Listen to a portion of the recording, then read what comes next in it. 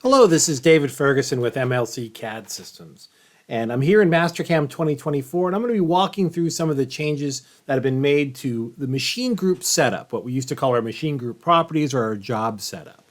I'm going to go ahead and kind of fully set up this part. I've got the part here, our project part. I've got a couple of vices on a plate, and on another level, I've got some solids that are being defined as my stock. And I'm just going to go ahead and bring that all in sort of one location so I can use that for my programming. I can use it for my verify. I can use it for my machine sim. And all of that is handled through what we, again, like to call the machine group setup. So to do this, I'm going to go ahead, just like I traditionally would, over in my Toolpath Manager. I'm going to go ahead and find the machine group properties, and I can click on Files, Tool Settings, or Stock Setup. I'll just start with Files. So I'll go ahead and click on that, and that opens up the new Machine Group Setup dialog. And basically, I can work through the machine itself, what they call a master model, my workpiece, for lack of a better word, my stock setup, my work holding if I'm using it, any tools I'd like to use, and also pick a machine for simulation. And I can take care of all of that here in this location and have that actually populate in things like verify and machine simulation. So we'll start here on the first page with machine. This is again where I can kind of confirm that I'm using the correct CNC machine for this project. If it is not the correct machine or I need to replace or reload a machine, my reload button is right here. That allows me to reselect and reload a machine if I need to, or just pick a different one.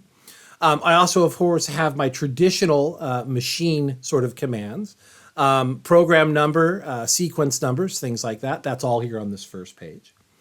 My second page, or my second stop, would be here what we call the master model page. This is where I can dictate my workpiece, and I can choose that either from a level, an outside file source if I choose, or just an on-screen selection. In this case, I'm going to be selecting that, since it's just the one part, from an on-screen selection. So I'll click that button. That prompts me in a selection mode. I'll select my solid, hit end selection, and that piece has now been dictated as my workpiece, and that will show up as the workpiece again in verify and machine sim.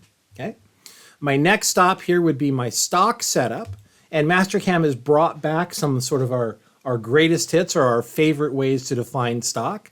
I can now define stock in Mastercam 2024 using a two-corner method if I so wish. So if I've got a bounding box or a couple of points or a solid, I can simply use that and dictate 2 points.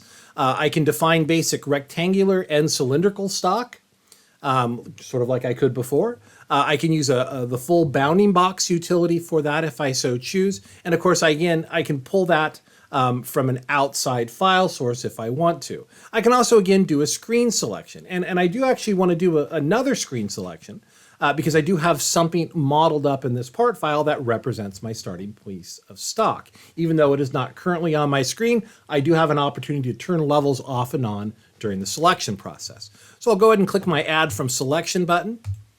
I do need to pop to my Levels Manager, turn on the level that has my stock. There it is. And then I can go ahead and select that with a single click, hit end selection. I can actually now turn that off if I want to. I don't need it. And you can see Mastercam has defined that stock for me. Now, I can also choose to go ahead and show my stock plane, confirm that I'm on the correct plane. I can define the material that I want to, and I even get a little bit of information about volume and weight if I so choose. I can also choose and obviously dictate which plane I am using for my stock plane here. I'm just using top, but there's my stock defined. Very quick, very simple. Okay. My next step here would be to go to work holding, where I can define my fixtures. I do need to turn that on. And then again, I have the same options of selecting from a level, from an outside file source, or an on-screen selection. And for this one, I'm going to go ahead and select from a level. My fixtures are on level 900. Good, easily recognizable number. So I'll go ahead and click on that Add from Level button. That opens up. I just need to find my level here. There it is, level 900. I select it. That's the one I want. Make sure it's listed there. Go ahead and green check, and that is now dictated as my fixture. Okay. I do have some options here as well to align or move that fixture around, but I tend to put that stuff in place before I get going, so I don't need to do that here. But I can if I need to. My next stop on the machine group setup page would be tools. I already actually have tools already loaded in for this part program. It's for the most part already been programmed, just kind of walking you through it. But here I can go ahead and dictate and look at what tools I'm using. I can launch my tool manager from here, my inside tool manager. If I need to grab more tools or I miss some or just want to pull from a different database, that'll take me right to my tool manager if I so choose.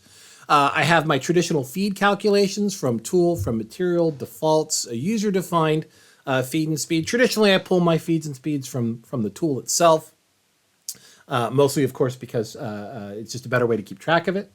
At the bottom, I have my traditional buttons that I would find in my older machine group properties: assign tool numbers sequentially, duplicate tool numbers. If I want to use a tool's step, peck, or coolant command, I can trigger that here if I want to.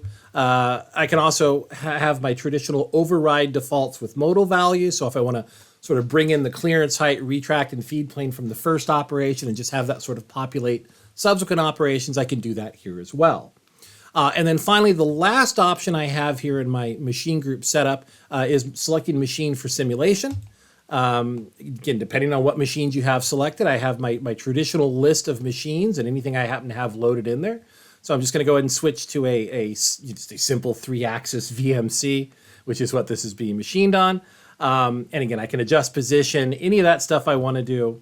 I can go ahead and define that here. And again, it will now show up in Verify and Machine Sim when I launch those. That is the changes for 2024 for machine group setup. They've kind of finally condensed everything into one location. It all works as it should. Just makes life just a little bit easier and a little bit more centralized when you're doing your initial job setup. You don't have to sort of juggle or look at multiple screens. It's all in one place now. So thank you very much.